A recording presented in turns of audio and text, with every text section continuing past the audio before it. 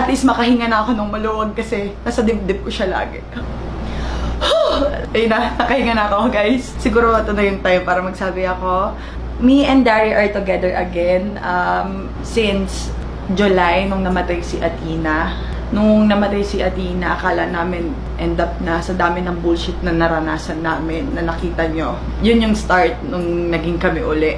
Actually, ang daming beses na nagkabalikan kami na hindi ko na nilalabas sa public. Kasi nga, ayoko na din ng maraming satsat or mahusgahan. Naiiyak talaga ako. Bakit?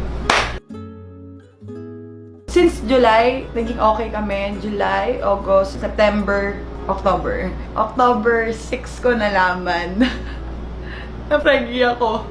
Nung nalaman ko yon, actually nakapag-settle naman na kami ni Daryl sa isa't isa. Dito na siya sa akin nag-i-stay nun. Bago pa namin malaman na buntis ako nun. After nun, inayos na muna namin lahat ng problema sa family ko. Kinausap niya yung mama ko, yung mga kapatid ko, yung daddy ko, sa lahat ng friends namin, sa lahat ng team ko, sa team niya, sa family niya. Nung naramdaman kong okay na, ayoko muna din ilabas. Kasi nung mga time na yun, nag-struggle ako sa depression and doubts. Syempre may mga doubts and thoughts ako na anong mangyayari. That time kasi ayoko din ng sobrang stress ako ng sobra-sobra. Kasi nung nalaman kong pregnant ako, sinabi ng doktor na iwasan ko yung stress kasi sobrang baba nung bata. And ayoko naman maapektuhan. Kasi ito yung dream ko eh.